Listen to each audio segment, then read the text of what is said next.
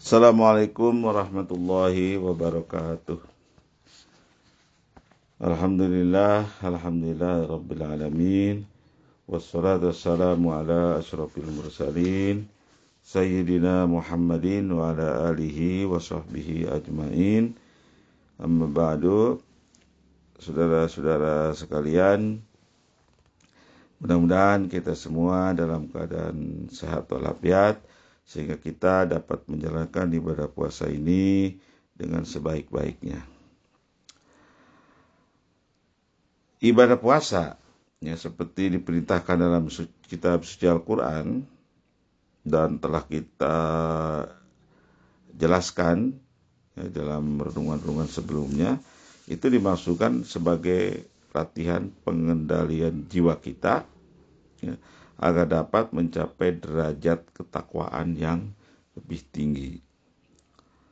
Takwa sebagai kondisi kejiwaan ya, itu adalah menghayati kehadiran Tuhan dalam kehadiran Allah ya, dalam setiap aktivitas hidup kita.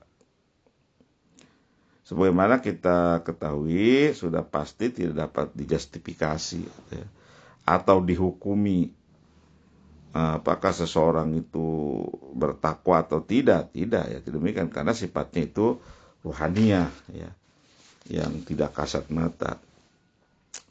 Juga pada tingkatan tertentu, dengan tanpa disadari, takwa telah mengajarkan kesabaran ya kepada kita. Kemudian takwa dalam pengertian yang lebih luas adalah pengendalian diri, yang juga sebenarnya berarti kemampuan menunda ya, kemampuan menunda kesenangan yang bersifat kekinian atau sesaat demi mendapatkan kebahagiaan yang sesungguhnya, yakni kebahagiaan ruhaniyah. Dan begitu, takwa juga dapat dipahami sebagai sikap pengharapan terhadap masa depan, yakni dengan mengendalikan diri, menunda kesenangan duniawi demi kesenangan akhirat yang lebih abadi. Dalam dimensi absolut ya, takwa adalah seperti yang pernah kita singgung ya dalam pembahasan atau dalam renungan sebelumnya, yakni kemampuan melepaskan diri dari tawanan dirinya sendiri, dari belenggu kekinian dan kesekarangan yang dapat memperdaya manusia, memperdaya kita untuk memahami hakikat kedirian kita. Ilustrasi takwa dalam artian yang sesungguhnya adalah mirip ya dengan, ya kalau kita perhatikan ya. Jadi ilustrasinya begini, takwa dalam artian yang sesungguhnya mirip sekali dengan yang dilakukan oleh orang-orang yang berpikiran modern seperti sekarang ini ya, atau mempersiapkan masa depan dengan jalan menabung misalnya ya, dengan berjalan menabung.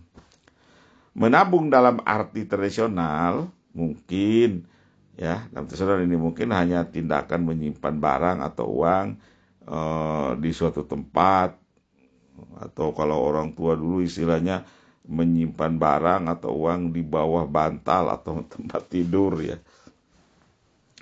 Sikap demikian itu meski dalam bentuk yang masih sangat tradisional, tetap merupakan sebuah bukti ya, atau sebuah wujud dari upaya mengendalikan diri demi masa depan.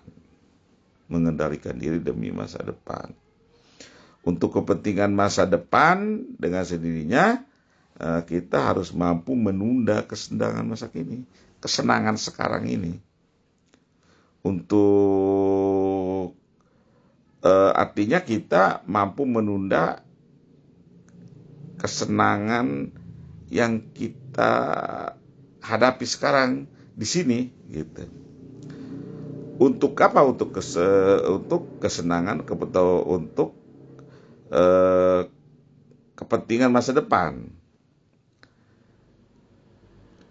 dalam masyarakat modern, ilustrasi sikap berorientasi kepada masa depan ya sekarang ini kita lihat ya diwujudkan sebagai menabung di bank-bank yang di dalamnya diperkenalkan sistem bunga misalnya. Dengan demikian dapat disimpulkan bahwa sikap menunda kesenangan untuk masa yang akan datang adalah sebuah contoh dari sikap produktif. Dengan begitu, dimensi takwa juga merupakan latihan sikap produktif. Latihan untuk agar kita bersikap produktif dalam hidup ini. Berkenaan dengan anjuran memperhatikan masa depan, Islam mengajarkan ya, kepada kita orang-orang yang beriman agar dalam hidup ini tidak terjebak oleh hal-hal yang bersifat sementara, yang bersifat kekinian. Jangan terjebak oleh itu. Sebaliknya Islam menekankan adanya kebahagiaan yang bersifat sempurna, yakni masa depan dan pada batasan yang paling ekstrim, ya, masa depan itu adalah akhirat. Sebenarnya dalam sebuah hadis Nabi yang populer ya, dikatakan iltanim khomsan qabla khomsin dan seterusnya itu ya. Itu. Jagalah 5 sebelum datangnya 5. Hayataka qabla mautika. Jagalah hidupmu sebelum matimu. Kemudian 1 itu, jagalah hidupmu sebelum matimu. Kemudian jagalah sehatmu sebelum sakitmu. Jagalah waktu senggangmu sebelum sempitmu. Jagalah masa mudamu sebelum masa tuamu. Dan jagalah kayamu sebelum miskinmu. Pandangan hidup yang benar sebagaimana dinyatakan sendiri oleh Al-Quran adalah takwa yang harus terus diupayakan ya, agar menjadi gerakan moral sosial. Ya, takwa ya, gerakan moral sosial atau social morality ya.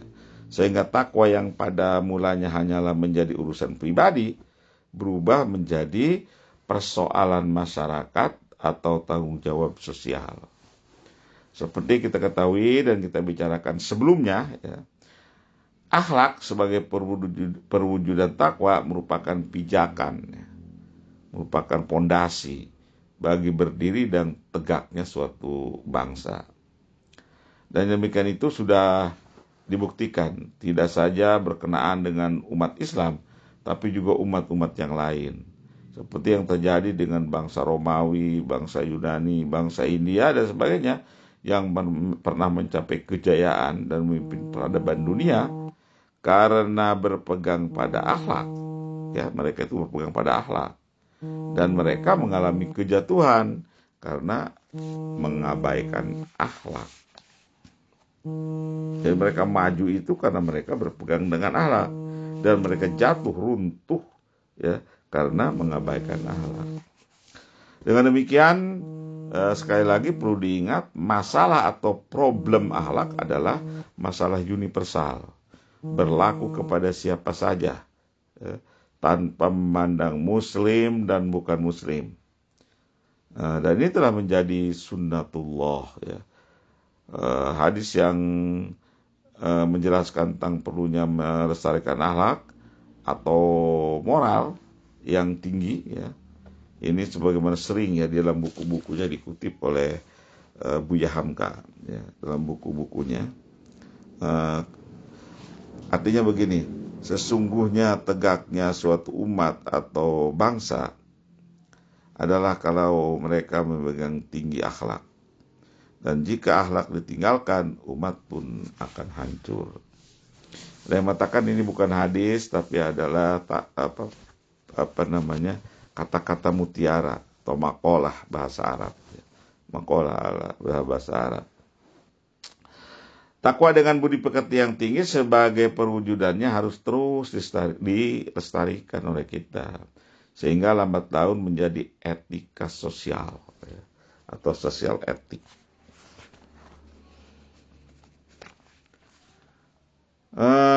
Dalam kasus ini, saudara-saudara sekalian, diperlukan kehadiran orang, ya, kehadiran orang-orang untuk menjadi pelopor gerakan moral. Ya, ini orang-orang yang terus menganjurkan dan memberikan contoh berkenan dengan moral atau hal akhlak mulia.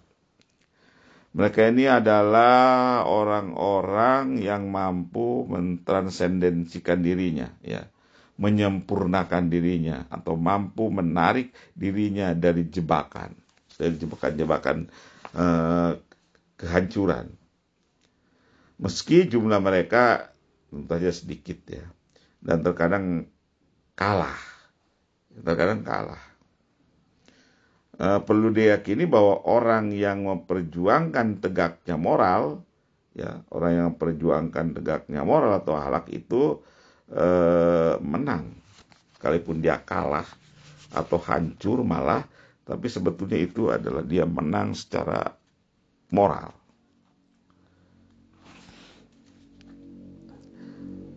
Perlu diingat pula dan bahwa kebahagiaan yang sesungguhnya adalah kebahagiaan ruhaniyah atau kondisi batin. Kebahagiaan sesungguhnya itu adalah kebahagiaan ruhani atau kondisi batin.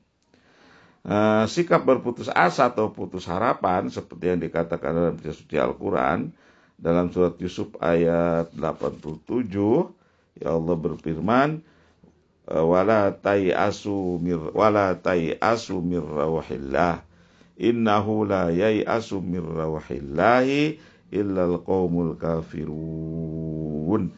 Dan janganlah kamu berputus asa dari rahmat Allah, sesungguhnya tiada keputusasaan dari rahmat Allah melainkan orang-orang kafir. Lihat surat Yusuf 80 ayat 87. Jadi menjadi ciri orang kafir yang tidak mempercayai kebesaran dan kekuasaan Allah Subhanahu wa taala. Diputus asa itu menjadi ciri, ya, orang yang kafir yang tidak mempercayai kebesaran dan keagungan serta kekuasaan Allah Subhanahu wa taala.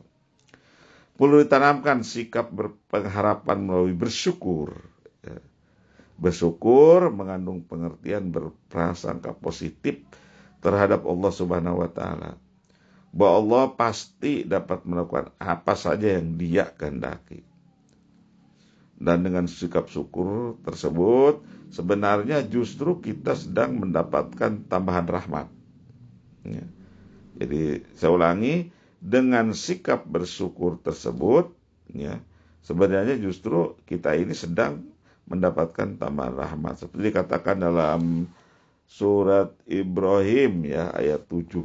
Ini cukup populer juga, ya. Surat Ibrahim ayat 7. Wa idza adzana rabbukum la in syakartum la azidannakum wa la in kafartum inna azabi lasyadid. Ingatlah tatkala Tuhan memaklumkan, sesungguhnya jika kamu bersyukur pasti kami akan menambahkan nikmat padamu. Jadi jika kamu bersyukur terhadap suatu nikmat yang kamu rasakan, pasti kami akan menambahkan nikmat lain kepadamu. Dan jika kamu mengingkari nikmat yang kamu rasakan ini, mengingkari nikmatku, kata Allah, yang kamu rasakan ini, maka sungguhnya azabku sangat pedih. Lihat surat Ibrahim ayat 7. Allahul muwaffiq ila aqwamit thariq. Wassalamualaikum warahmatullahi wabarakatuh.